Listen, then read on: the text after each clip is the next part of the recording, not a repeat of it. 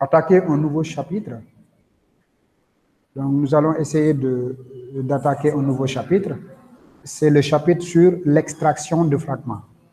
Alors, jusqu'ici, ce que nous avons fait jusqu'ici, dans un premier temps, donc, si vous vous rappelez très bien, nous avons commencé d'abord par présenter la technologie XML, avec tout ce qui sous-tend la technologie et les dérivés, c'est-à-dire que un certain nombre de technologies qui ont vu le jour grâce à XML, ça on l'a déjà vu.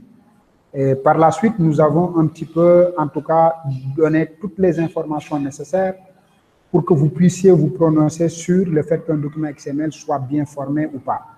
Donc, il y a un certain nombre de règles qu'on a données qui puissent vous permettre aujourd'hui de vous prononcer sur le fait qu'un document XML soit bien formé ou pas. Alors, par la suite, nous sommes allés un petit peu plus loin. Avec les DTD, nous avons vu un petit peu comment est-ce qu'on peut mettre en place un ensemble de règles pour permettre à une instance d'être non plus bien formée simplement, non, mais au-delà, non seulement bien formée, mais aussi valide par rapport aux règles que nous allons établir, que nous allons définir en utilisant les DTD. Donc, à la suite donc, de la définition avec les DTD, nous avons vu avec du XML schéma comment est-ce que aussi on peut, qu'on peut définir un schéma en utilisant du XML, schéma. Alors, donc après donc la définition des schémas, maintenant nous allons voir un petit peu, bon, donc on a vu la définition des schémas, on a vu comment implémenter un schéma, une instance en se basant sur un schéma. Maintenant, nous allons essayer de voir comment est-ce qu'on peut extraire de l'information d'une base de données XML. C'est-à-dire que là, on suppose que nous avons une base de données XML et on va s'intéresser à comment est-ce que vous pouvez faire pour pouvoir extraire des informations de cette base de données. Alors, pour le faire, nous utiliserons donc la technologie ou les technologies XPath et XQuery. Alors, XPath comme XQuery donc, sont des technologies qui nous permettent de pouvoir interroger une base de données XML. Alors, XPath dans un premier temps, comme son nom l'indique, c'est une spécification fondée sur l'utilisation du chemin, path en anglais, ça vous dit quelque chose, de chemin d'accès permettant de se déplacer au sein d'un document. Et là, c'est vrai que nous allons attaquer une instance de base de données XML pour extraire des informations, mais comme vous faites avec du SQL, si vous vous rappelez très bien, avec du SQL, l'instance, c'est le contenu de la base. C'est vos tables avec toutes les informations qui y sont. Mais si vous vous rappelez très bien, pour pouvoir poser votre requête SQL, vous n'avez pas forcément besoin de savoir ce qu'il y a dans la base. C'est-à-dire que vous n'avez pas besoin de lire à l'œil nu, ou en tout cas par vous-même. Vous n'avez pas besoin de dire où sont les données, etc. Non.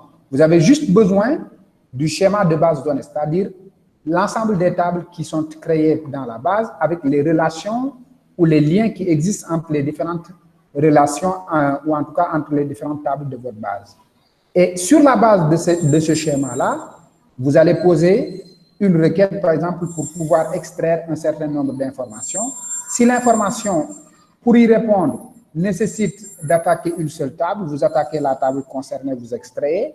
Si ça nécessite que vous fassiez une jointure pour pouvoir obtenir l'information que vous voulez, vous regardez comment est-ce que les tables sont liées et comment les joindre pour pouvoir extraire l'information que vous voulez. Donc, en réalité, vous vous basez en réalité exclusivement, mais exclusivement sur le schéma de la base de données pour pouvoir extraire vos informations. C'est exactement la même chose ici. C'est vrai, nous allons poser nos requêtes sur notre instance de document XML, donc le fichier .xml, c'est là-bas où on va chercher les informations, mais nous allons beaucoup plus, pour poser nos requêtes, regarder comment est-ce que le schéma qui a validé cette instance est défini pour pouvoir comprendre comment est-ce qu'on peut obtenir une information à partir d'un nœud donné. Parce que là, on parle de chemin. C'est-à-dire, je suis sur une position X ou sur un nœud X, je veux atteindre un nœud Y, par où je dois passer pour pouvoir atteindre ce nœud Y-là. Là, ce qui me le donne, c'est uniquement le schéma. Et là, c'est d'où l'importance. Et là, vous allez voir encore une fois l'importance de l'arbre dont j'ai parlé au tout début de notre cours. Cet arbre-là, qui est généré sur la base du schéma que vous avez mis en place, vous permettra à chaque instant de pouvoir vous situer, l'information que vous êtes en train de rechercher. Alors, donc, dans ce but, donc, pour l'extraction, un certain nombre de fonctions vont être définies et elles vont vous permettre de pouvoir traiter aussi bien les chaînes de caractères, les booléens ou autres. Donc, XPath est un langage avec un syntaxe non XML, ce n'est pas du XML, là, il faut que ça soit très clair, et vous permet d'adresser les différents nœuds, c'est-à-dire vous permet de pouvoir obtenir de l'information dans votre base de données. Quand je dis d'adresser les différents nœuds, c'est-à-dire vous permet de pouvoir vous positionner sur un nœud. Et ici, quand je parle de nœud, je fais référence à un nom d'élément ou un nom de balise. Ou donc un groupe de nœuds particulier d'un document XML. Donc, XPath voit le document XML comme un arbre. Donc, l'arbre qui a été généré sur la base de votre schéma, comme un arbre de nœuds qu'il permet de parcourir selon vos axes. Vous allez voir, en fonction de l'endroit où vous êtes, un certain nombre de nœuds vont se comporter comme un père, d'autres comme un fils, d'autres comme des arrière-petits-fils, etc., etc. Donc, les expressions XPath permettent également de représenter des chaînes de caractères, des nombres et des booléens. On y reviendra un petit peu. C'est-à-dire, en posant vos requêtes, vous pouvez avoir la possibilité de dire « je veux extraire un nœud » ou « je veux extraire, par exemple, une chaîne de caractères », etc., etc. XPath, donc, vous permet d'effectuer des requêtes, comme son nom l'indique, dans un document XML. C'est la raison pour laquelle on dit que XPath est un document XML. Bon, j'ai écrit ici, XPath est au document XML, c'est que SQL est aux bases de données relationnelles. Mais c'est trop. Je l'avais dit, je pense, dans un passage. En réalité, XPath est au document XML ce que le DRL, c'est-à-dire le Data Retrieval Language que vous avez vu en SQL avec la clause select est aux bases de données relationnelles. C'est-à-dire ce que le select est aux bases de données relationnelles, c'est ce que XPath représente ou bien est au document XML. Autrement dit, donc, pour faire simple, tout ce que le select vous permet de faire avec les data definition, avec les data retrieval language de SQL, alors XPath vous permet de le faire avec une instance de document XML. Alors, XPath donc est utilisé par XSLT. Bon, on y reviendra, on n'a pas encore vu. C'est-à-dire, c'est une technologie ou en tout cas un certain nombre de choses qui vont permettre de pouvoir faire la transformation lors de la présentation ou de l'impression. Donc, XPath est utilisé par la suite, c'est-à-dire le résultat d'une requête XPath est utilisé par le XSLT pour pouvoir faire la transformation d'un document XML. Bon, quand je dis de transformation, c'est-à-dire que je peux avoir une base de données XML qui contient un ensemble d'informations, je m'intéresse à un type d'informations, je les extrais et je les présente à un utilisateur final. Ça peut être présenté sous forme, par exemple, de fichiers HTML. Voilà, là, on le verra avec du XPath. Alors, donc, jusqu'ici, vous devez comprendre que la technologie qu'on va voir, qu'on est en train de voir, est une technologie qui vous permet de pouvoir attaquer une instance, bien sûr en se basant sur un schéma, parce que si vous ne connaissez pas comment est-ce que les données de l'instance sont mises en place ou sont définies, vous ne serez jamais capable de pouvoir extraire de l'information. Un cas très basique, très terre à terre, vous êtes à Mbour, par exemple, vous voulez partir à Dakar, ben, si vous ne savez pas, au moins la direction que vous devez emprunter pour pouvoir vous diriger vers Dakar, ou les villes à traverser pour vous diriger vers Dakar, vous ne les connaissez pas, vous prenez une mauvaise direction, il n'y a rien qui vous indiquera que vous êtes sur une mauvaise direction, parce que vous ne connaissez pas. Donc, vous êtes obligé de savoir qu'au moins, voici comment est-ce que les informations sont structurées pour pouvoir maintenant aller chercher une information spécifique dans l'instance. Parce que si vous ne savez pas comment est-ce que le schéma est défini, comment est-ce que les données sont structurées, mais vous ne serez jamais capable, vous ne serez jamais à mesure de pouvoir chercher une information de manière correcte. Parce que vous ne connaissez pas le chemin à emprunter pour pouvoir aller récupérer l'information que vous voulez.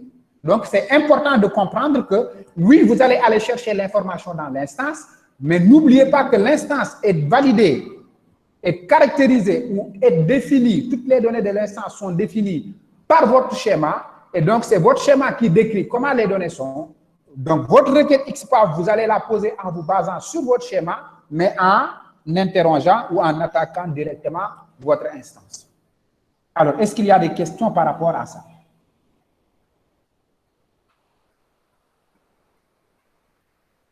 Très bien. Alors, maintenant, nous allons attaquer une instance. Nous allons chercher des informations. Alors, pour chercher des informations, on utilise une requête. Par exemple, si c'était en base de données relationnelle, vous allez dire la requête ou le format d'une requête select est, voilà, d'une requête select est select, étoile ou colonne, from nom de table, where si il y a des conditions, voilà, where, etc., group by, s'il y a des group by, having, s'il y a des filtres à faire suivant le groupe, et order by, si vous devez ordonner. Donc là, on vous donne la syntaxe de création d'une requête avec select. C'est exactement la même chose pour nous. Ici, la syntaxe, c'est un chemin, un path. XPath, c'est un path, c'est un chemin. Alors, un chemin de localisation, c'est-à-dire c'est un chemin qui vous permet de chercher une information, peut être de type absolu ou relatif, c'est selon. Cela veut dire, vous pouvez être amené à chercher une information, mais en partant d'une racine. Par exemple, des fois, vous le faites avec du DOS, ou Linux. On vous dit, vous êtes sur tel répertoire, vous devez aller afficher le contenu d'un tel autre répertoire où vous devez chercher un tel fichier.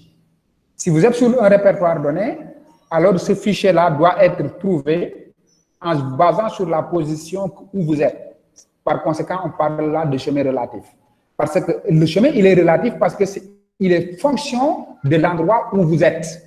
C'est pour cela qu'on parle de chemin relatif. C'est relatif. Parce que simplement, si vous êtes à Mbour pour aller à Dakar, vous n'emprunterez pas le même chemin pour arriver à Dakar que quelqu'un qui est à Saint-Louis, par exemple, et qui veut partir à Dakar. Voilà. Ça, c'est relatif. C'est-à-dire que le fait de vouloir retrouver l'information en vous basant sur un nœud spécifique, ça, on dira que le chemin, il est relatif. Maintenant, si on dit que l'information que vous voulez chercher, vous devez la chercher en partant d'une racine, alors en ce moment-là, on parle de chemin absolu. Le chemin absolu d'une information ne peut jamais être relatif, c'est-à-dire ne peut jamais être variant. Un chemin absolu, c'est un chemin absolu comme son nom l'indique. Quand on dit le chemin absolu pour atteindre le nœud X, c'est que vous devez partir du nœud A, B, C plus X. Il n'y a rien qui fait que ce chemin doit bouger parce que le chemin, il est absolu. On suppose que A est le nœud racine et pour aller à X, vous devez passer par B et C. Mais par contre, si vous êtes sur B pour atteindre X, vous empruntez un chemin, vous faites un parcours qui est différent de lorsque vous êtes sur C pour aller vers X. Là, on dira que quand vous êtes sur B pour atteindre X, le chemin est relatif.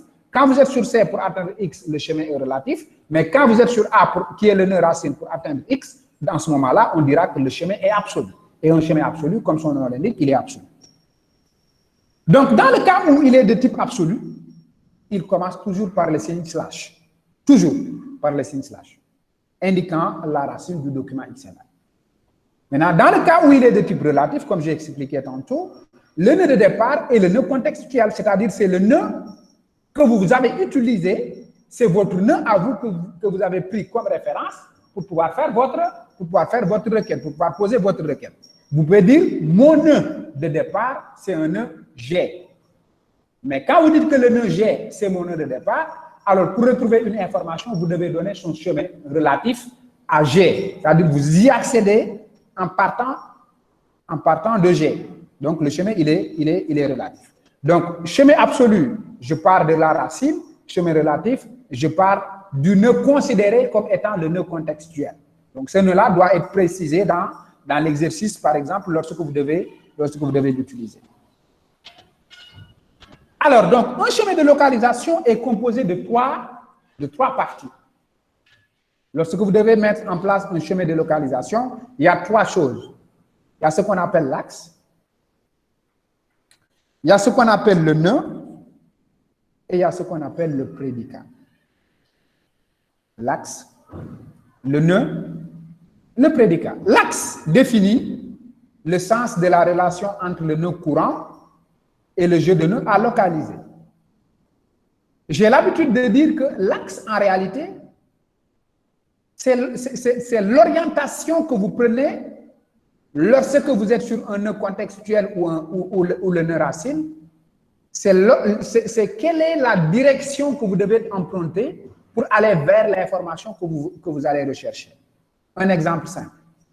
Vous êtes sur une position bien précise. Vous devez chercher une information. Par exemple, vous devez vous diriger vers la porte d'entrée de votre bureau. L'axe représente pour nous la direction, c'est-à-dire soit devant, soit derrière vous, soit à votre gauche, à votre droite, c'est selon.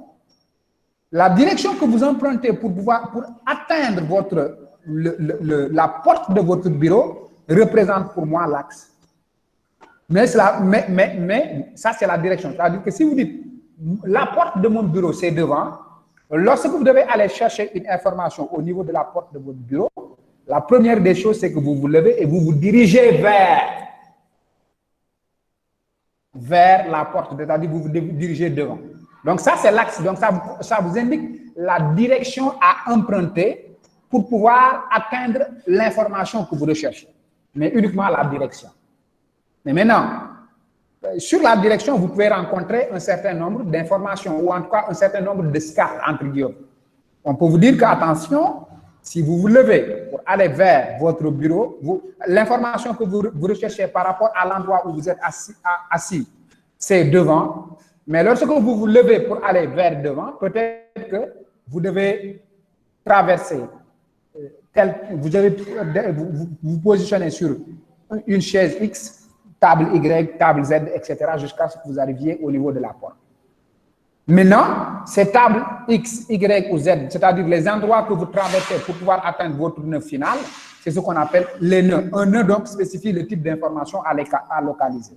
Donc, vous devez avoir une position, c'est-à-dire lorsque vous voulez aller quelque part, lorsque vous recherchez une information, la première des choses, c'est où est-ce que se trouve l'information par rapport à l'endroit où je suis. Et cette question vous ramène à retrouver la direction que vous devez emprunter pour pouvoir aller vers l'information que vous recherchez. Maintenant, je suis là, par exemple, je suis à Dakar, je veux aller à Saint-Louis.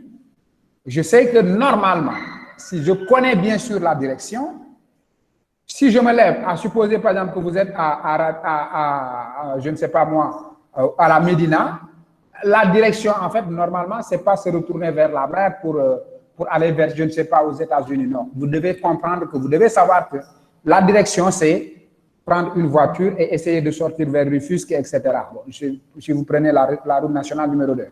Donc, ça, c'est la direction. Mais maintenant, quand je prends cette direction-là, bon, je peux rencontrer plusieurs obstacles, c'est-à-dire les nœuds. Donc, je dis, je dois traverser Rufisque.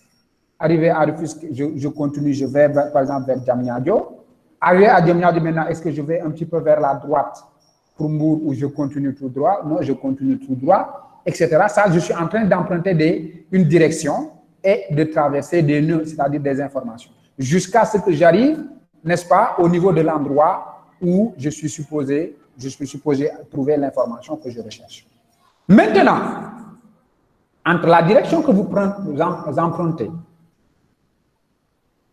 et les nœuds que vous traversez et le nœud que vous cherchez, vous pouvez mettre un certain nombre de conditions. C'est-à-dire que vous pouvez dire, parmi les nœuds, par exemple, moi je veux aller dans une ville qui a une population de plus de 50 habitants. Ça, c'est un prédicat. Donc, si je me réfère un petit peu à ce que vous connaissez bien en SQL, ça peut être l'axe et le nœud peuvent représenter select from. Maintenant, le prédicat, c'est le where. C'est-à-dire que c'est la condition que devrait remplir le nœud ou les nœuds, le sous-ensemble de nœuds que je traverse pour faire partie des informations que je recherche. Voilà. Pour faire partie des informations que je recherche. Donc, en guise de résumé, pour chercher une information, vous devez connaître l'endroit ou en tout cas la direction que vous devrez emprunter pour pouvoir la chercher. Quelle est l'information que je recherche? C'est le nœud. Et est-ce que ce n'est pas obligatoire, 0 ou n prédicat? Est-ce que le nœud que je recherche vérifie ou respecte un certain nombre de conditions? Voilà les trois choses qui composent votre chemin de localisation XPath. Maintenant, on va les prendre un à un. L'axe, d'abord. Par exemple, dans un chemin, dans le chemin que... ça, c'est un exemple de chemin.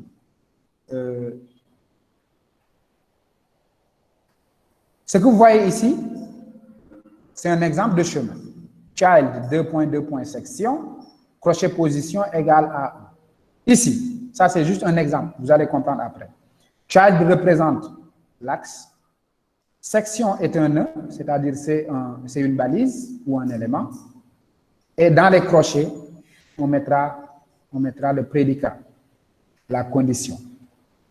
Donc, child, comme on a mis ici, est le nom de l'axe, c'est-à-dire la direction. Je vous expliquerai mieux quand on va les voir un à un. Section est le type de nœud que l'on veut localiser, c'est l'information. Position égale à 1 est un prédicat. Bon, les 2 points là sont toujours obligatoires lorsque vous écrivez de cette façon-là. Ça, c'est une notation qui n'est pas abrégée. On verra qu'il y a ce qu'on appelle une notation abrégée et une notation non abrégée. Alors, la syntaxe d'une localisation s'analyse de la gauche à la droite. Bon, ce n'est pas une règle. Hein. Moi, je peux faire l'inverse. Mais la plupart du temps, c'est plus simple de faire comme ça. Dans notre cas, par exemple, on cherche dans le nœud courant. C'est lourd. Hein? Pourquoi on cherche dans le nœud courant? Parce que simplement, ce chemin de localisation-là, ce prédicat ne commence pas par un slash. Puisque ça ne commence pas par un slash, alors le chemin est relatif. Donc, il y a un nœud courant qu'on n'a pas précisé ici. Donc, à partir du nœud courant, on regarde ces fils qui ont pour nom section. Voilà. C'est ça, bon, de manière anticipée pour le moment, à quoi ressemble, par exemple, cette requête. Voilà. Et n'oubliez pas une chose, j'ai dit que lorsque une requête commence par slash, il est de type, le chemin est absolu. Mais lorsqu'il ne commence pas par un slash, il est relatif. Et lorsqu'il est relatif, vous devrez connaître, vous devrez savoir quel est le nœud courant, quel est le nœud qui est le nœud contextuel. Parce que sinon, voilà, ça peut aller dans tous les sens. Maintenant, les axes, il y a child, je l'ai dit tantôt. Lui, il contient les enfants directs du nœud contextuel. Ça veut dire que si vous êtes sur un nœud, comme cet exemple-là, là, on va supposer que le nœud contextuel s'appelle par exemple X. Si on dit votre nœud contextuel est X, interprétez cette requête, vous allez dire, je recherche les nœuds sections qui sont fils du nœud contextuel. Comment il s'appelle X? Alors, dans ce cas, cela veut dire que X section est un sous-élément direct de l'élément X. Voilà. Donc, child, c'est un axe qui donne la direction. Par exemple, hein, je vais le schématiser. Excusez-moi, je vais vous montrer.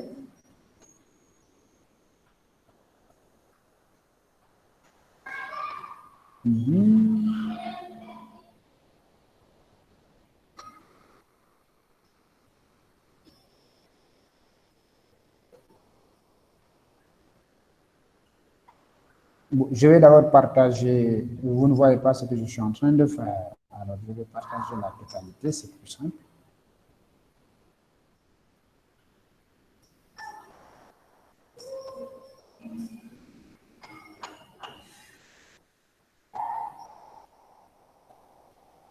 Alors, par exemple, si je prends cette affaire-là,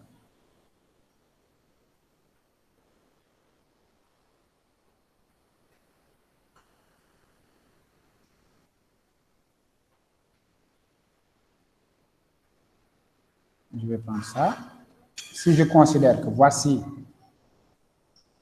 ou bien même, je fais comme ça. Ça, c'est un nœud. Ce nœud peut avoir des sous-éléments. Par exemple, il en a 3 ici. On en a 3. Bon, je vais supposer que ça, c'est un nœud. Ça, c'est un sous-élément. Et ça, c'est un sous-élément. Là aussi, vous en avez. De même qu'ici. Alors, ça ressemble à un bonhomme, hein, finalement. Vous pouvez en avoir autant de fois que vous. Bon, ça dépend en tout cas de votre schéma. Alors, si vous avez ça, si vous êtes à cet endroit-là, si vous êtes à cet endroit, ces nœuds-là, ces 3 nœuds-là représentent, sont des éléments qui sont des éléments fils de cet élément qui est l'élément racine. Par conséquent, si on vous dit que le nœud contextuel de votre document, le nœud contextuel, c'est-à-dire votre nœud courant, par exemple, si on vous dit que votre nœud courant, c'est celui-là, je vais mettre juste un trait à côté, et qu'on veut chercher cette information, alors cette information est fils de cet élément-là. Donc, pour quitter cet élément et atteindre cet élément-là, vous allez utiliser la direction qui va vers le bas. C'est cette direction-là, vers le bas. Donc ça, c'est child. Vers le bas et vers le bas le plus proche, c'est un fils. Child. C'est un fils, child. On pouvait avoir emprunté cette direction. Dans ce cas, ce serait son parent. On pouvait emprunter cette direction ou celle-là. Dans ce cas, ce serait ses frères ou sœurs. À partir de là, ça, c'est son fils. Mais ça, c'est son petit-fils. Ça aussi, c'est son petit-fils. Mais celui-là, c'est son arrière-petit-fils, de même que celui-là, etc., etc. Donc, le mot child veut dire que si je suis là, si on me demande cette information, par exemple, si section, par exemple, l'élément section là-bas, je suppose qu'elle est là. Alors, si je mets child 2.2. section slash ou bien crochet position égale à 1, alors, si le nœud contextuel est celui-là, cela veut dire que section est un fils de l'élément, cet élément-là. Donc, l'élément child donne une direction qui va vers le bas. Donc, quand vous commencez votre requête par child, cela veut dire que vous êtes en train de dire à votre parseur que, attention, par rapport à l'endroit où je suis, l'information que je recherche ne se trouve ni à gauche, c'est-à-dire que ce n'est pas mon frère ou ma soeur, elle ne se trouve ni en haut, c'est-à-dire que ce n'est pas mon parent ou mon grand-parent, mais il se trouve complètement en bas, mais en bas est directement rattaché à moi. Vous voyez, le child, c'est ça sa signification. Vous êtes en train de dire au parseur que, attention, par rapport au nœud contextuel, l'information que je recherche se trouve en bas, est directement rattachée à moi. Donc, le parseur ne va pas arriver ici. Si c'est ça le nœud contextuel. Donc, il va se contenter à regarder les nœuds là, les 2 nœuds là. Maintenant, si vous ajoutez un prédicat, il va regarder parmi les 2 là, quel est celui qui respecte le prédicat. S'il n'y a pas un prédicat, alors il va vous donner ces 2 nœuds là comme information. Parce que vous avez mis child. Est-ce que vous avez compris? Donc, ça, c'est l'axe child. Child, donc, donne une direction qui impose ou vous impose ou impose au parseur à partir du nœud contextuel ou à partir du nœud racine lorsque le chemin est absolu, de se diriger vers le nœud qui est en bas, c'est-à-dire le nœud fils, directement rattaché au nœud contextuel. Tandis que l'axe descendant contient tous les descendants du nœud contextuel. Donc, lorsque vous mettez descendant à la place de child, par exemple, si c'est ça le nœud contextuel, vous mettez descendant, vous dites descendant de ce nœud-là, alors les descendants de ce nœud, ce n'est pas seulement ses fils. C'est ses fils plus l'ensemble des descendants de ses fils et des descendants de ses arrière-petits-fils. Autrement dit, le nœud descendant, ou l'axe descendant, excusez-moi, impose au parseur, à partir du nœud contextuel, de parcourir l'ensemble des branches qui sont issues de ce nœud contextuel-là. Par conséquent, si vous mettez descendant sur l'élément racine, votre requête sera obligée, votre moteur de requête sera obligé de parcourir l'ensemble des branches de votre document XML pour pouvoir chercher l'information que vous voulez. Donc, ça consomme énormément, si vous voulez, de ressources mémoire, surtout si votre document est extrêmement complexe et volumineux. Donc, faites attention avec descendant. Descendant va imposer à votre parseur de vérifier à partir du nœud contextuel. C'est selon, c'est à vous de préciser le nœud contextuel. Si on ne vous le précise pas, voilà, en général, c'est le nœud racine. Donc, à partir du nœud contextuel, de parcourir l'ensemble des branches de votre arbre XML pour pouvoir rechercher une information spécifique. Donc, ça, c'est la signification de l'axe descendant. Donc, l'axe child vous impose d'aller en bas, mais vous oblige de rester sur le fils de l'élément racine. Vous ne pouvez pas descendre au-delà de cet élément, vers le ou les fils de l'élément courant ou racine. Maintenant, si c'est descendant, votre requête sera obligée de regarder, de parcourir l'ensemble des fils de l'élément courant, mais en plus des fils de l'élément courant, il va parcourir ses petits-fils, les arrière-petits-fils, etc. Donc, toutes les branches qui sont issues du nœud contextuel. Après, vous avez aussi l'axe parent. L'axe parent, il contient le parent du nœud contextuel, s'il en a, bien sûr. Parce qu'il y a un nœud contextuel qui n'a pas de parent. Excusez-moi, il y a un nœud qui n'a pas de parent, c'est le nœud racine. Le nœud racine, il n'a pas de parent. C'est pour cela qu'on a ajouté ici s'il en a. Mais, si c'est un nœud autre que le nœud racine, si vous mettez parent, vous êtes en train de lui dire que l'information que je recherche ne se trouve ni en bas, ni à droite, ni à gauche, mais se trouve en haut. Et sur un nœud qui est directement rattaché à moi, mais vers le haut, pas vers le bas, ni à gauche, ni à droite. Donc, l'axe donne la direction. Cette fois-ci, l'axe, il a donné la direction vers le haut. Donc, l'information que vous recherchez se trouve en haut. Donc, empruntez la direction en haut. Maintenant, en fonction du nom de nœud, du nom du nœud que vous aurez mis ou des prédicats que vous allez mettre en place, il vous guidera et retrouvera l'information que vous recherchez. Maintenant, si c'est l'axe ancestor, lui, il contient les ancêtres du nœud contextuel.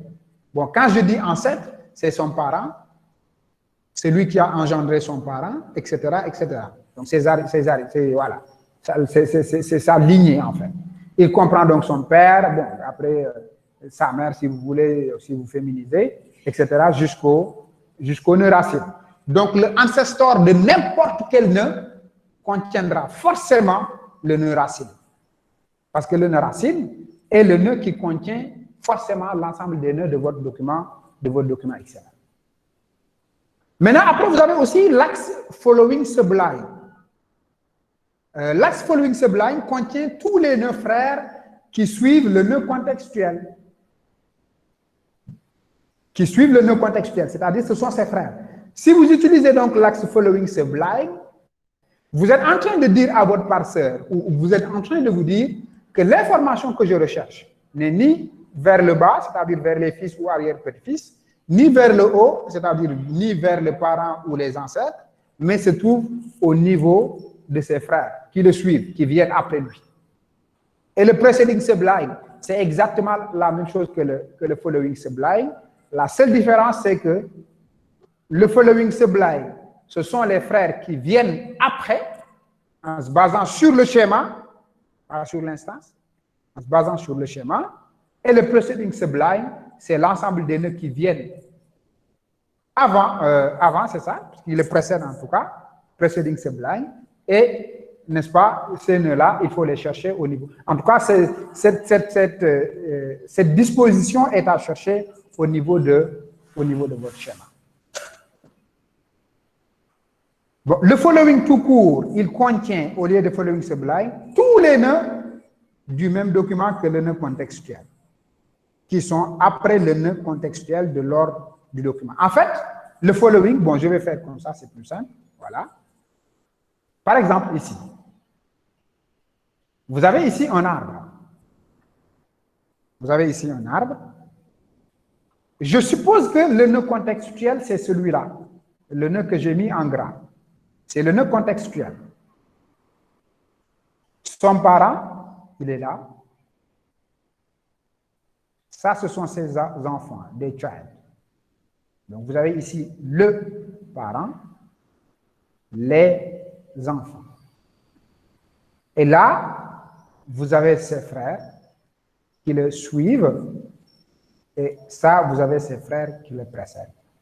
Je répète, frère qui suit ou frère qui précède, c'est selon la définition au niveau du schéma. C'est selon la définition au niveau du schéma. Normalement, par exemple, si vous dites dans une DTD, vous mettez élément A, vous mettez entre parenthèses A pour sous-élément B, virgule C, virgule D. Alors, si C est le nœud courant, si C est un nœud courant, alors B est un précéding sublime de C. C'est un frère qui le précède.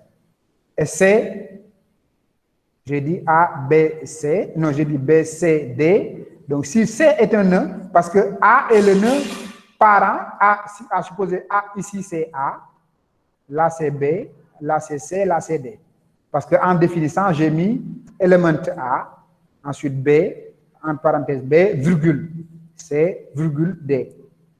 Alors, si ici C est le nœud courant, B est un précéding sublime parce que défini avant B, avant C, et D est un following sublime parce que défini après C. Voilà. Donc, je dis et je répète, frère, surtout c'est là où on a des fois des soucis, frère qui suit, frère qui précède, il ne faut pas regarder ça dans l'instance, il faut le regarder dans le schéma. C'est-à-dire, il faut regarder comment est-ce que les données, les informations sont définies dans le schéma.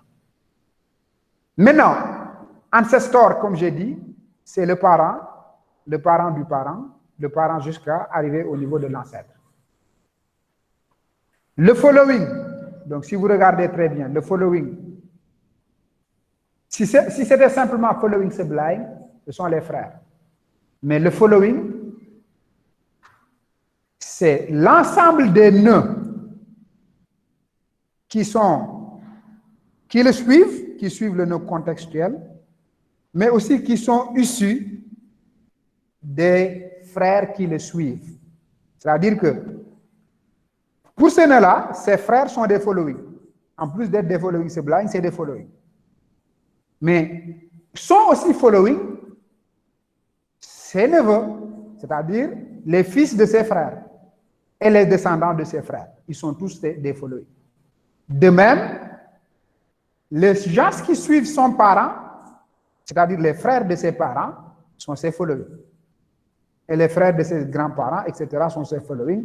Et c'est exactement la même chose pour le précédent. C'est extrêmement rare, par contre, de trouver une requête où vous devez utiliser comme axe following. Bon, moi, j'en ai jamais rencontré jusque-là, honnêtement. Following sublime, oui, j'en rencontre très régulièrement. Child, oui, très régulièrement. Voilà, précéding sublime, voilà. Et le self, c'est un nœud aussi, ça représente le nœud lui-même. Le parent, oui, l'ancestor aussi, on peut les rencontrer. Mais descendant aussi. Mais précéding tout court ou following tout court, c'est un peu compliqué de trouver une requête où vous serez obligé, en tout cas, de le poser. Ça peut arriver, je ne dis pas que ça n'existe pas. Ça peut bien arriver. Alors, une autre forme de représentation des axes qu'on vient d'évoquer, c'est celle-là aussi. Alors là, vous avez un nœud. Ça, c'est le nœud contextuel, on suppose. Ça, ce sont ses fils, le bloc que vous avez ici. Le bloc là, ce sont ses fils, ils sont au nombre de 3. Le bloc que vous avez ici en haut, c'est ce bloc de 3 aussi, ce sont ses ancêtres. Maintenant, quand vous le mettez dedans, c'est-à-dire que quand vous encerclez en mettant le nœud lui-même à l'intérieur, c'est-à-dire en ce moment-là, ce n'est plus ses ancêtres tout court, mais c'est ses ancêtres et lui-même. C'est la raison pour laquelle on mettra dans ce cas ancestor or self. Quand vous mettez comme orientation, comme axe ancestor or self, alors les informations vont être cherchées à partir du nœud et de ses ancêtres. Mais si vous mettez ancestor tout court, l'information sera cherchée à partir de son parent et on remonte en haut. Maintenant, preceding sublime, je l'ai dit tantôt, ce sont les frères. Following sublime, ce sont les frères qui le suivent. Maintenant, vous voyez ici preceding et following. Ici, following, c'est tout ça. Ce sont ses frères, les descendants de ses frères, mais aussi les frères de ses parents et les frères de ses grands-parents, etc., etc. Donc voilà un petit peu, de manière résumée, tout ce que vous pouvez avoir, n'est-ce pas, comme axe. Maintenant, pour les attributs, bon, ça je l'ai déjà dit, à part l'axe attribut, ça veut dire que si vous voulez indexer un attribut, monsieur, s'il vous plaît, vous n'allez pas mettre ancestor, vous n'allez pas mettre parent, vous allez mettre simplement attribut. Oui, il y a quelqu'un qui voulait prendre la parole. Oui, c'est moi. Oui, allez-y. Revenir sur le schéma. Oui, je reviens sur le schéma. Voilà. Ici, le self là. Oui. La ligne d'en haut. En fait, pourquoi les éléments qui sont tout à fait à gauche et à droite? La ligne là, cette ligne là. Voilà, voilà. Oui. Pourquoi les éléments qui sont tout à fait à gauche et à droite? Ces deux-là, oui. Font partie du preceding et du following sublime. Non, ils ne font pas partie du preceding et du sublime. Ils ne font pas partie du preceding sublime et du following sublime. Le preceding sublime et le following sublime, ça se limite à ça. Ce sont juste les frères. Mais ceux qui sont en haut font partie du preceding tout court, mais pas du preceding sublime. Ils ne font pas partie du preceding et du preceding sublime, mais seulement du preceding sublime. Ou bien? D'accord, merci, monsieur. Voilà. Encore une fois, les preceding sublime et les following sublime, ce sont des frères. Les preceding sublime et les following sublime, ce sont des frères. Par contre, les preceding tout court ou les following tout court, en plus des frères, c'est les descendants des frères. En plus des frères et des descendants des frères, c'est les frères des pères ou les frères des grands-pères, etc., etc. Vous voyez ici, ce following-là, il englobe les frères, il englobe aussi les descendants du frère, il englobe aussi les frères du père, mais aussi les frères du grand-père, etc., etc. C'est bon? Maintenant, comme j'ai dit tantôt, vous avez l'axe attribut, mon namespace en général on ne l'utilise pas. Le self, c'est le nœud lui-même. Le descendant or self, c'est le descendant plus le nœud lui-même. Le ancestor or self, c'est l'ancêtre plus le nœud lui-même. Donc ça, ce sont les types d'axes que vous pouvez avoir. Donc, vous devez retenir que lorsque vous recherchez une information, la première des choses à faire, c'est de se dire ou de s'interroger sur quel est l'axe que je dois utiliser pour pouvoir obtenir l'information que je recherche.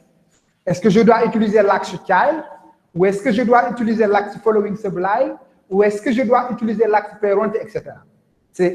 Tant que vous n'aurez pas réglé ce problème-là, alors vous allez naviguer en tout cas, vous allez faire le tour vous pouvez faire le tour du Sénégal ou le tour de votre schéma et ne pas forcément atteindre votre but. Donc, la première des choses, c'est quel est l'axe que je dois utiliser? Autrement dit, en un langage simple, quelle est la direction que je dois emprunter pour pouvoir retrouver l'information que je recherche? Du moment où je trouve maintenant la direction, l'endroit, la direction, alors là, maintenant, je vais dire, pour aller vers là, vers l'information que je recherche, alors je passe par ici, je passe par là. Je vous donne juste un exemple. Si je suis là, je suppose que ça, c'est l'élément courant, c'est le nœud courant. On est d'accord? Si je veux atteindre ce nœud, je dois descendre sur un de ces enfants puis un descendant, un enfant de son enfant. Par exemple, très simple. Si je dois atteindre celle-là, je dis je dois rechercher parmi ses frères qui le précèdent. Par contre, si je veux celui-là, je dis je dois rechercher parmi ses ancêtres l'ancêtre qui a pour nom ce nom-là. Si je veux rechercher parmi les précédents, alors je vais dire parmi les précédents, c'est-à-dire parmi ses frères, ou parmi les descendants de ses frères, ou parmi les frères de ses pères, ou les frères de ses grands-pères, jusqu'à ce que j'arrive à l'ancêtre, quel est le nœud qui a pour nom ce nom-là, etc., etc. Donc voilà comment est-ce que nous allons faire pour pouvoir positionner ou poser nos différentes requêtes. Alors, donc maintenant, pour terminer, donc j'ai dit, vous avez l'axe, vous avez le nœud, vous avez le prédicat. On connaît l'axe maintenant. Le nœud, on connaît parce que c'est les éléments. Maintenant, le prédicat, c'est la clause where.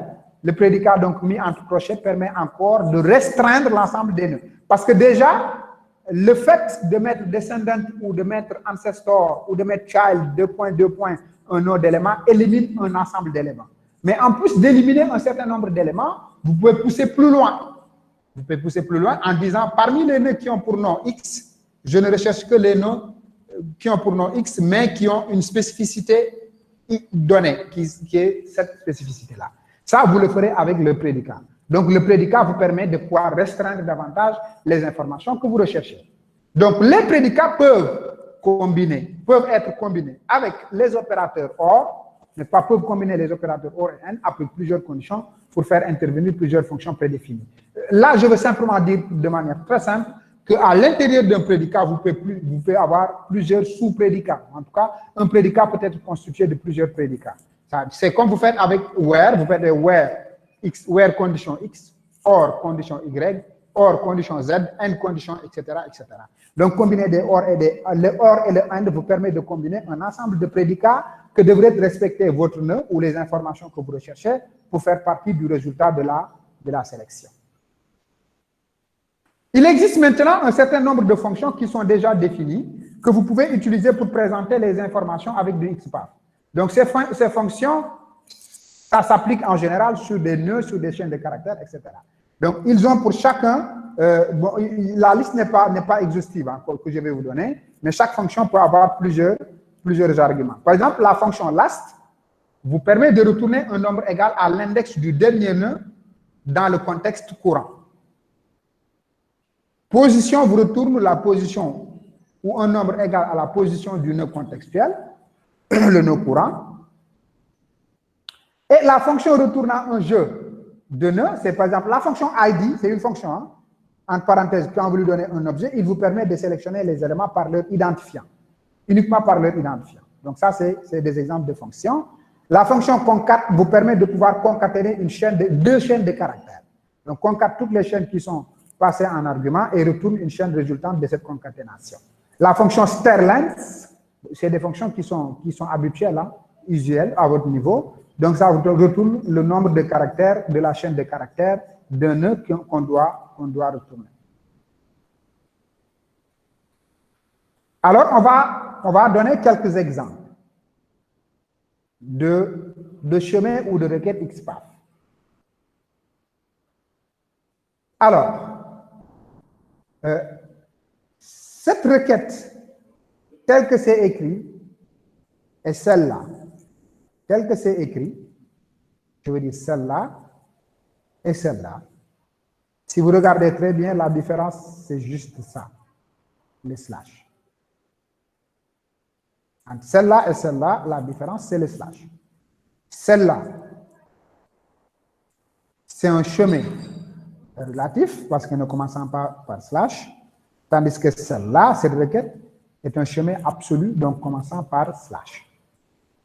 Cette requête telle qu'elle est écrite veut dire que vous devez chercher, ou vous êtes en train de chercher, les éléments texte ou les nœuds texte qui sont fils du nœud contextuel que je ne connais pas ici. Ce nœud devrait être précisé. Mais si on me demande la signification littérale de cette requête, je dis c'est l'ensemble des éléments texte qui sont fils du nœud contextuel. Pourquoi du nœud contextuel? Parce que ça ne commence pas par le slash. Ce n'est pas un schéma absolu. Par contre, cette requête, commençant par un slash, veut dire que texte est forcément sous la racine. Texte est l'élément racine. Donc, j'affiche tous les éléments de mon document. Maintenant, ça, là, jusqu'ici, cette notation, elle est dite non abrégée, tandis que celle-là, texte tout court, elle est dite abrégée. Mais elle signifie exactement la même chose. Ça, c'est la requête écrite en notation non abrégée, et ça, c'est la requête écrite en notation abrégée. Et donc, je répète, la différence entre cette requête et celle-là, elle vient simplement de ce slash, mais elle change tout. Parce qu'en termes d'interprétation, celle-là impose d'avoir le nœud texte comme élément racine, tandis que celle-là, l'élément texte est un élément parmi tant d'autres, mais il doit être impérativement un fils de l'élément racine. Tandis que cette requête signifie littéralement « affichez-moi les attributs texte, les attributs qui ont pour nom texte de l'élément courant. » Voilà, du nœud contextuel. Les attributs qui ont pour nom texte du nœud contextuel. Parce que ça ne commence pas par un slash. Attention, une requête ou un chemin absolu ne commence jamais par slash suivi de attribut. Parce que attribut ne peut pas être un élément racine. Attribut, c'est un, voilà, comme son nom l'indique, vous connaissez, c'est un attribut d'un élément. Donc, vous ne pouvez pas commencer une requête en mettant slash attribute. Deux points, un nom d'élément. Ici, donc, je répète, texte, les textes que vous voyez ici, c'est des noms d'éléments. C'est un nom d'élément. Voilà. Texte est un nom d'élément pour moi.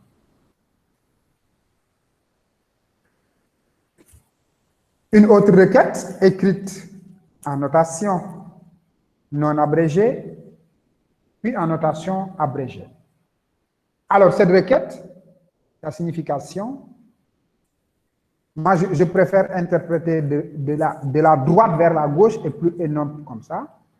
Donc, je dis, ça, je recherche ou j'affiche les éléments section qui sont fils de l'élément chapter, lui-même, élément chapter, fils du nœud contextuel qui n'est pas précisé ici. Parce que ça ne commence pas par un slash. Donc, le chemin, il est relatif. Donc, il y a forcément un nœud contextuel. Donc, je répète, cette requête signifie affichez-moi les nœuds sections qui sont fils du nœud chapter, lui-même chapter fils du nœud contextuel. Donc, rigoureusement, cette requête, elle est basée sur un schéma où nous avons un nœud contextuel qui a pour nom le nom qui devrait être précisé ici, le nom de l'élément courant. Et cet élément courant a forcément un élément fils qui s'appelle chapter, et cet élément chapter a forcément un élément fils qui s'appelle section. Si ce n'est pas le cas, cette requête, elle n'est pas valide. Si ce n'est pas le cas, cette requête n'est pas valide. Cette requête, elle est valide si et seulement si vous avez un nœud courant qui porte le même nom que notre nœud courant ici. Et ce nœud courant-là, il a un sous-élément ou un fils qui s'appelle chapter, et ce chapter-là a forcément un fils qui s'appelle section. C'est la raison pour laquelle cette affaire doit signifier élément section, fils de chapter lui-même, fils de l'élément courant. Donc, écrit en notation abrégée, section, fils de l'élément chapter, chapter lui-même, fils du nœud contextuel.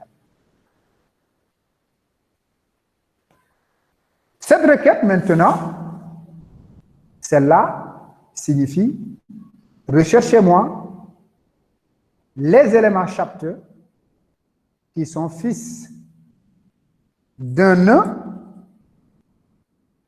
qui n'a pas été précisé parce que ça, c'est une fonction qui retourne un nœud. Les éléments chapteux qui sont fils d'un nœud, et ce nœud est le parent d'un nœud contextuel. Chapteux, fils d'un nœud. Mais ce nœud-là, il est un parent du nœud contextuel. Autrement dit, vous avez un nœud contextuel qui a un fils, n'est-ce pas? Ce fils-là, c'est l'élément courant. Il est un frère de l'élément chapteux. Donc, en réalité, ça signifie, recherchez-moi les éléments chapteux qui sont frères du nœud contextuel. Parce que ma première interprétation que j'ai dite tantôt, c'est recherchez-moi les éléments chapteux qui sont fils d'un nœud et que ce nœud-là est le parent du nœud contextuel. Donc, c'est comme si j'ai un nœud contextuel ici qui est parent d'un nœud que je ne connais pas, parce que parent node, voilà, le parent, il est là, il est le parent d'un nœud contextuel, et ce nœud contextuel, il est le frère de l'élément chapteux. Voilà. Donc, chapteux, fils d'un nœud, et ce nœud, il est le parent du nœud contextuel. Donc, le nœud contextuel, il est là, son parent, il est là, le nœud chapteux, il est là. Bon, je vais le représenter ici.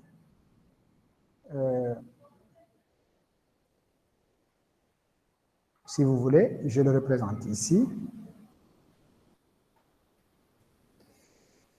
On a dit, par exemple, ici, vous avez ici un élément qui s'appelle chapteux. Je suppose, hein? Voici chapteux, je vais abréger. Et on a dit chapteux, fils d'un nœud. Chapteux est le fils d'un nœud, mais on ne connaît pas ce nœud-là. Donc, je vais faire comme ça. C'est fils d'un nœud. Hein?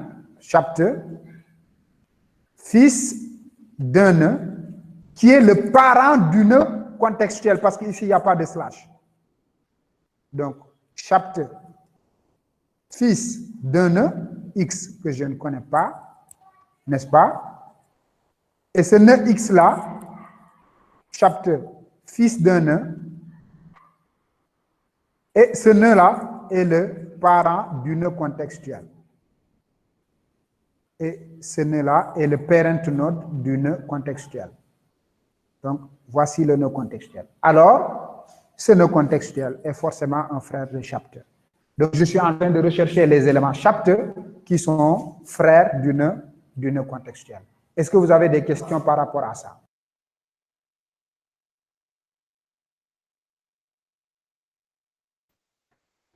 Est-ce que vous avez des questions par rapport à ça? Qui n'a pas compris la façon dont j'ai fait pour retrouver en tout cas que ça là veut dire que chapteux est le frère du nœud contextuel. Oui. Monsieur? Oui. Vous pouvez revenir sur le node avant le parent? Ça? Voilà. Oui. Là, j'étais en train de dire que, par exemple, ici, je suis en train de rechercher les éléments qui ont pour nom chapteux. Ce chapteux-là, il est un fils. Il est fils de celui-là. Par exemple, ici, je reviens ici. Ici, ça veut dire, recherchez-moi les éléments section qui sont fils de ce nœud-là. Ici, on a précisé le nœud. C'est le nœud chapteux. On connaît. Mais par contre, ici, on ne connaît pas. C'est une fonction qui doit retourner un nœud. Donc, on me dit, chapteux est un fils d'un nœud. Mais ce nœud est le parent du nœud contextuel. Chapteux est un fils d'un nœud. Chapteux est un fils d'un nœud qui est le parent du nœud contextuel qui n'a pas été précisé parce que ça ne commence pas par slash. Donc, ce nœud-là, en réalité, est le parent de chapteux, mais aussi est le parent du nœud contextuel. Autrement dit, chapteux et le nœud contextuel qui est là sont des frères. C'est la raison pour laquelle ici, on a écrit directement élément chapteux, frère d'un nœud de contexte. Je répète, chapteux, fils d'un nœud que je ne connais pas. Si c'était là, c'est section fils de chapteux, qui est lui-même chapteux, fils du nœud contextuel. Ici, c'est chapteux, fils d'un nœud que je ne connais pas, mais ce nœud-là, il est le parent du nœud contextuel. C'est la raison pour laquelle ici j'ai dit chapter, fils d'un nœud que je ne connais pas, mais ce nœud que je ne connais pas est le parent du nœud contextuel. Donc ce nœud contextuel est un frère de chapter. Est-ce que vous avez compris? Oui, monsieur, merci. C'est bon, Fabien. Oui, monsieur, c'est bon, merci beaucoup. Très bien. Est-ce qu'il y a d'autres préoccupations? Parfait. Alors, si je prends celui-là, là, on vous dit self 2.node / descendant or self section. Ou bien, attention, avant de partir, comment ça s'appelle? Le parent en notation abrégée, c'est point. On est d'accord? Le self, c'est simplement un point. En notation abrégée, le parent, vous mettez point. Le child, vous ne mettez rien du tout. Vous voyez ici, / chapter, on ne va pas mettre ici quelque chose. Si vous mettez / ou en tout cas directement un nom d'élément, comme c'est le cas ici, là, on suppose que section est le fils de chapter, qui est lui-même le fils du nœud contextuel. Ici, c'est chapter, puisque c'est 2 points. Voilà, chapter, voilà, fils d'abord, d'un nœud. Chapter, fils d'un nœud que je ne connais pas, qui est lui-même le parent du nœud contextuel, parce que la requête ne commence pas par /. Donc, c'est ce que j'ai interprété ici. Là, ici aussi, c'est section qui est un descendant, il peut en faire partie, hein, descendant or self, descendant d'un nœud, qui est descendant de lui-même. Ici, comment est-ce que vous allez faire? On a dit élément section, descendant d'un nœud du contexte. Regardez, section. Descendant or self, c'est-à-dire l'élément section est un descendant du nœud contextuel. Élément section, descendant d'un nœud du contexte. Élément section, descendant du nœud contextuel. Self-node. Lui-même, il est descendant du nœud contextuel. Élément section, descendant du nœud contextuel. Donc, en notation abrégée, ça donne ça. Bon, vous allez vous aboutir. Vous verrez. Au début, ça ne va pas être simple, mais après, ça va devenir très facile. Alors, cet exemple, les prédicats, on ne commence jamais par ça, on termine toujours par les prédicats. Ça veut dire, bon, en notation, c'est une notation abrégée cette fois, élément section, ou non abrégé, excusez-moi, élément section, fils du nœud contextuel. Mais ce n'est pas tous les éléments section. Ici, par exemple, c'est l'ensemble des éléments section, fils de l'élément chapter. Il n'y a pas d'exception. On ne filtre pas. On prend tous les éléments section, fils de chapter. Mais par contre, là, on prend le deuxième élément section, fils de l'élément courant. Ici, on a filtré. Ce n'est pas tous les éléments qui vont être affichés, tous les éléments section, mais c'est uniquement l'élément section qui occupe la deuxième position parmi les éléments fils du nœud contextuel. Voilà. Deuxième élément section, fils du nœud courant. Maintenant, si vous avez descendant 2.2.p, following sublime, EMP, position égale à 2, là, je vais d'abord essayer de vous aider. Donc, moi, je vais dire ici, c'est le premier parmi les EM qui est un frère de P, P étant un descendant du nœud contextuel. Donc, premier frère EM d'un élément P. Donc, EM, si vous voyez ici, EM est un frère qui suit P. Donc, EM, frère de P, P étant un descendant du nœud contextuel. Donc, EM, frère de P, P descendant du nœud courant. Mais ce n'est pas tous les EM. C'est le premier parmi les EM qui est un frère de P et que P est un descendant du nœud contextuel. Je répète, le premier DEM, frère suivant P, donc P et EM sont des frères, et P descend du nœud contextuel. Vous voyez ça? C'est très simple quand vous comprenez. C'est très simple quand vous comprenez. Par contre, ici, là, vous avez section, bon, j'oublie ça d'abord, dans un premier temps, c'est l'élément section fils du nœud courant. Mais quand on ajoute ça, on s'intéresse aux éléments section qui ont un fils qui s'appelle title. Ça veut dire que parmi les éléments section qui sont fils du nœud contextuel, je m'intéresse uniquement aux éléments section qui ont un fils, c'est-à-dire qui ont un sous-élément qui a pour nom title. Qui a pour nom, hein? Qui a pour descendant. Ce n'est pas dans la valeur, non, non, non. C'est-à-dire que si vous avez un élément section qui a un sous-élément title, cet élément section va être affiché dans le résultat. Mais si vous avez un élément section qui n'a pas un sous-élément, un fils, donc title, il ne sera pas, qui n'a pas de fils title, il ne sera pas affiché. Donc ici, élément section, ayant un sous-élément qui s'appelle title, mais cet élément section doit être un fils du nœud courant. Voilà. Par contre, là, à la place de child, on a mis attribute. Donc, cela veut dire que j'affiche les éléments section qui sont fils du nœud courant, mais je ne prends en considération que les éléments section qui ont un attribut dont le nom est égal à title. Tout élément section qui n'a pas un attribut, dont le nom n'est pas égal, dont le nom, pas la valeur de l'attribut, mais qui a un attribut title, après la valeur c'est autre chose, un élément section qui n'a pas un attribut dont le nom est égal à title ne fera pas partie de mon résultat de sélection. Mais maintenant, si je dis attribut 2.2. Title égale à un titre, là, je m'intéresse aux éléments section qui sont fils de l'élément du nœud courant, mais les éléments section et uniquement les éléments section dont la valeur des attributs title, qui ont un attribut déjà title, mais qui contient la valeur en titre.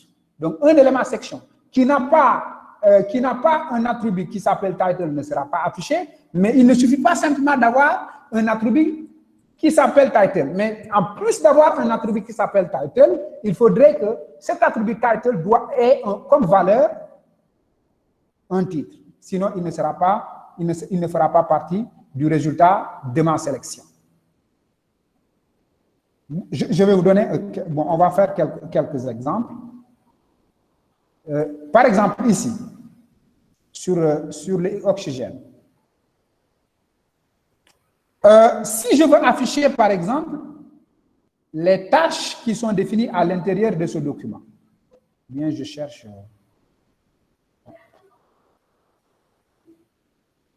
Oui, celui-là, peut-être, il est mieux.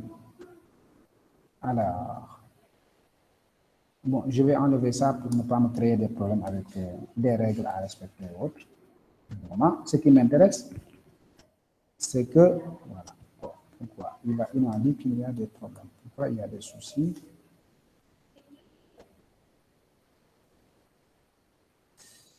Pourquoi? Where is the problem now? C'est quoi le problème? Les déclarations de balises contenues ou pointées par la déclaration type du document doivent être conformes.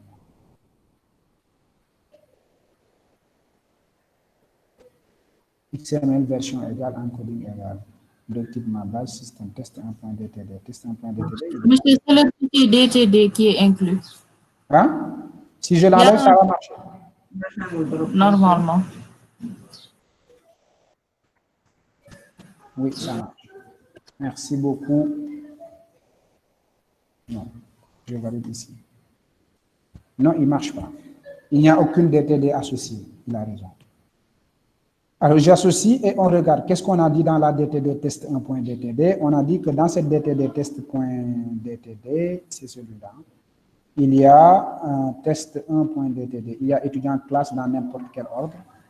Étudiant nom, prénom, téléphone. Étudiant nom, prénom, téléphone, il n'y a pas de souci. C'est bon. Classe, c'est classe, non classe. Classe, c'est classe, non classe. Classe, c'est classe, non classe. Classe, c'est quoi? ID classe, non classe. Oui. Classe, c'est ID classe, non classe. Il n'y a pas de souci. Classe, c'est ID classe, non classe. Il n'y a pas de souci. Classe, Après étudiant, nom, prénom. Téléphone, c'est optionnel, c'est pas méchant. Voilà. Donc, normalement, il n'y a pas de souci. On est d'accord. Hein?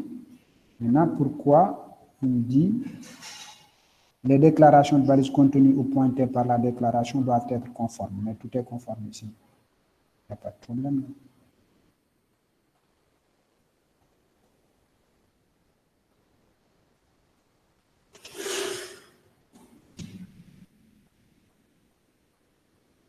Je ne sais pas pourquoi.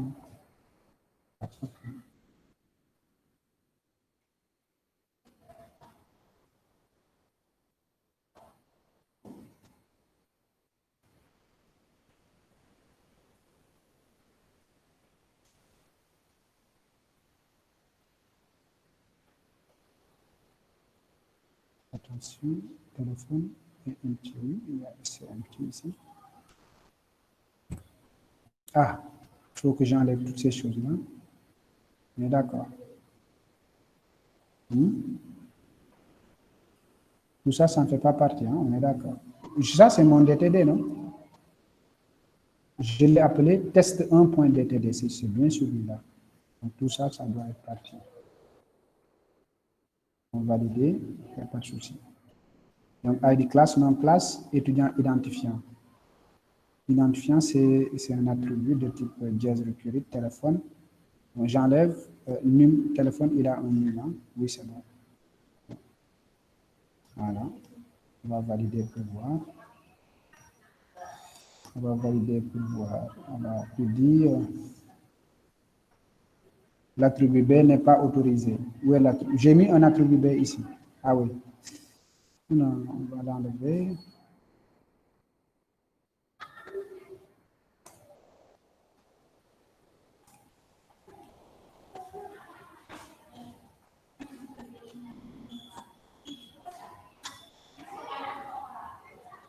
Il m'a dit que j'ai oublié quelque part, hein, spécification d'attribut.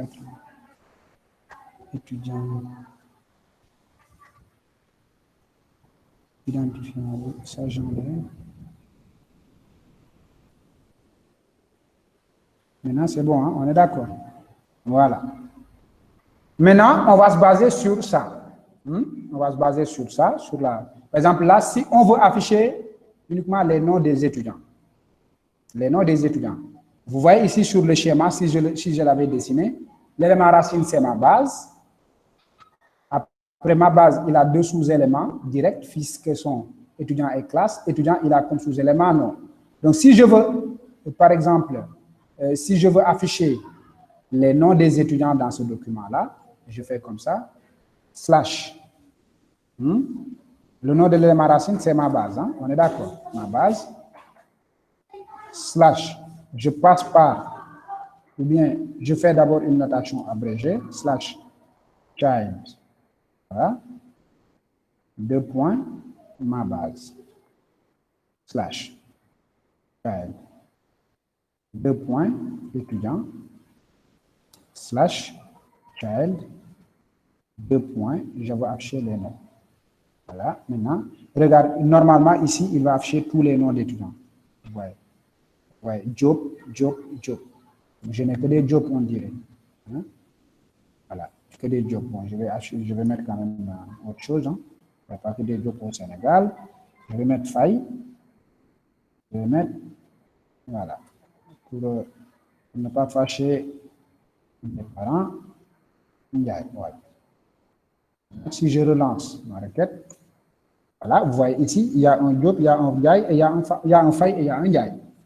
Ça, j'ai donné le chemin qui mène vers. Donc, vous voyez ici, élément nom, fils de étudiant, qui est lui-même fils de ma base. Et ma base, puisque ça commence par un slash, alors cela veut dire que ma base est la racine. Si je veux afficher, par exemple, si j'avais fait les prénoms, ce serait pareil. Alors, si je veux afficher, par exemple, les identifiants des étudiants, bon, je vais changer ici. Peut-être, voilà, ne pas mettre partout la même valeur. Voilà. Si je veux les afficher, si c'est les identifiants, alors le nom de l'élément racine, c'est ma base, après étudiant. Alors, identifiant est directement rattaché à étudiant. Donc, j'enlève ça, et je mets arrobase, hein, ou bien je mets attribute, je mets slash, attribute,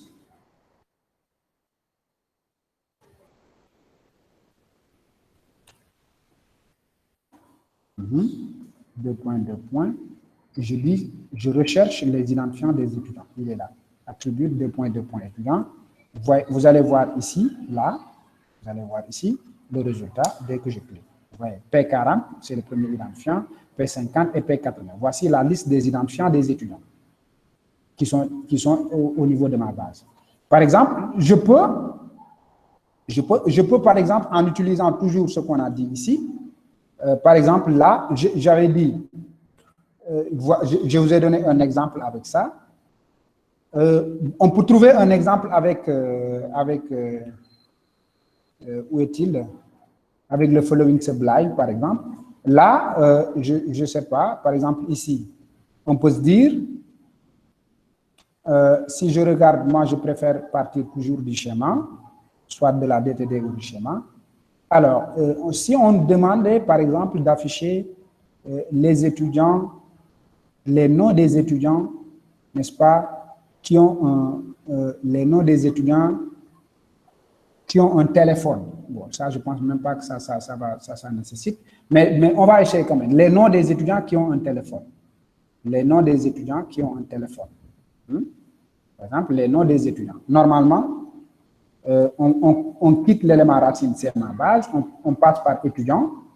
Voilà, on passe par étudiant. Ensuite, on affiche le nom. Donc, on doit afficher en principe le nom, child, le nom. Mais qui ont un téléphone. Pour répondre à la requête, c'est-à-dire les noms des étudiants qui ont un téléphone, je dis d'abord les étudiants qui ont un téléphone avant d'afficher leur nom. Et donc là, je mets le crochet. Attention. Skip. Voilà. Les noms des étudiants qui ont un téléphone. Donc, je mets ici qui ont un téléphone. Je mets child.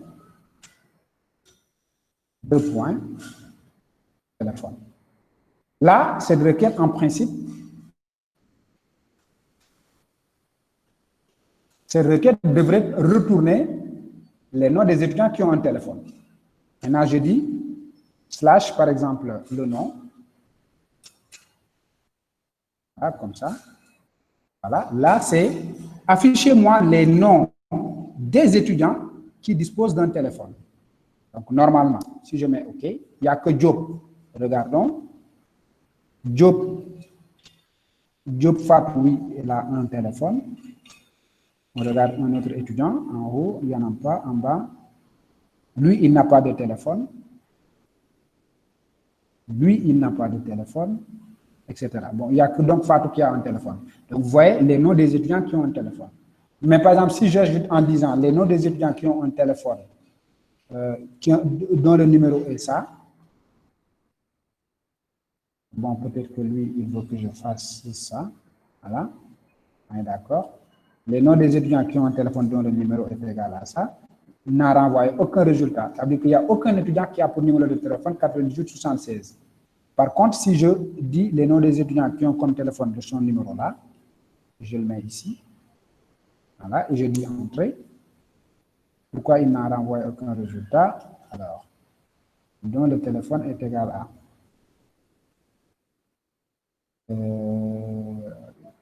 child, étudiant, child, téléphone, non. Ah non, c'est pas bon. Ce que j'ai dit, c'est pas bon. Alors, en réalité, je ne peux pas mettre ça. Je peux mettre ça. Ça, c'est les noms des étudiants qui ont un téléphone.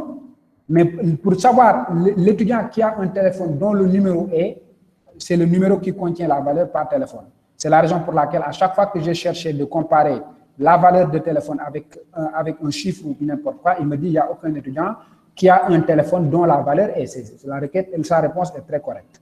Mais par contre, si je veux savoir le numéro de téléphone d'un étudiant donné, alors là, je mets slash téléphone. J'enlève ici. Voilà, slash téléphone, slash child téléphone. Et je mets slash, voilà, par exemple, arrobase mim ou attribute mim. Attribute, deux points. Je mets mim, voilà. et puis 2.2.nim. Et là, ça me donne, vous voyez ici, le numéro de téléphone d'un étudiant. Voilà. Maintenant, si je dis les étudiants qui ont un numéro de téléphone tout court, qui ont un téléphone avec un attribut numéro dont la valeur est, voilà, là je fais comme ça, dont la valeur est égale à, je dis par exemple 3, je ferme, attention,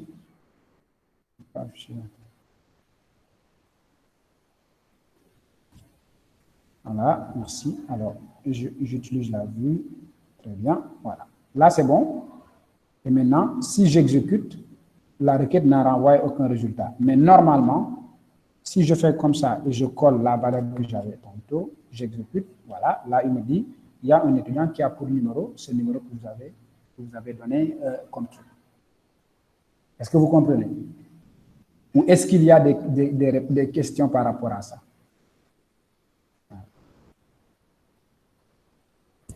Des questions?